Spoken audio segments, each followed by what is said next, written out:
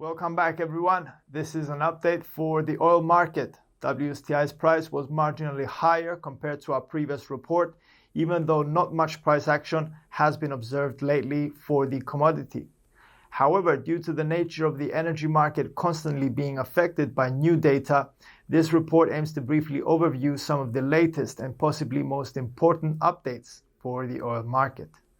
At the same time, we will be providing our own views through the matters discussed, with a final closing stating our personal opinion on where the oil market stands at the moment. We make a start with the weekly oil market readings from the US, as they could provide useful insights for traders looking to form decisions. During the past Friday, in the US session, we received the US Baker Hughes oil rig count, which indicated active oil rigs saw a minor reduction by one oil rig in the past week. Active oil rigs display the ongoing demand for the commodity, even though the active oil rigs in the US have been dropping for several months now. Last week's drop was the smallest we have seen in the past 3 months. Is this an indication that demand has started to stabilize? It could be. Yet, the active oil rigs remain very low at the moment, and in our view, any increase in the coming weeks could be positive news for WTI's price. Moreover, the weekly EIA crude oil inventories reading released a large drawdown of minus 7.2 million barrels, possibly favoring WTI's price. We must note that this was the largest drawdown the EIA has released since January. Furthermore, API's weekly crude oil reading was also a big drawdown at minus 8.16 million barrels, being the largest since August 2019.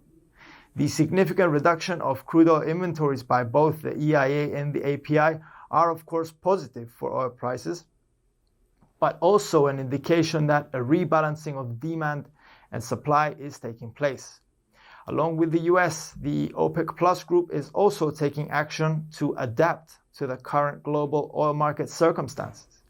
Even though the global economy has started to uplift its activity, some sectors may take time to readjust to the levels seen prior to the virus outbreak.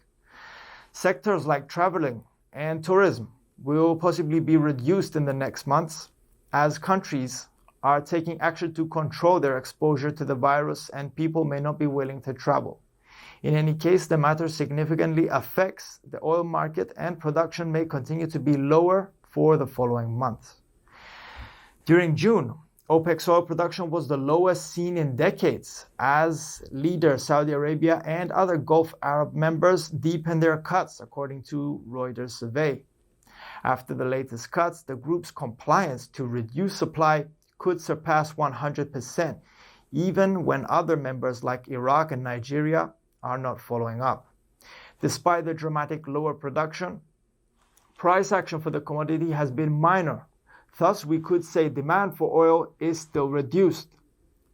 Nevertheless, according to Goldman Sachs, oil demand in large economies like China and India has recovered very notably.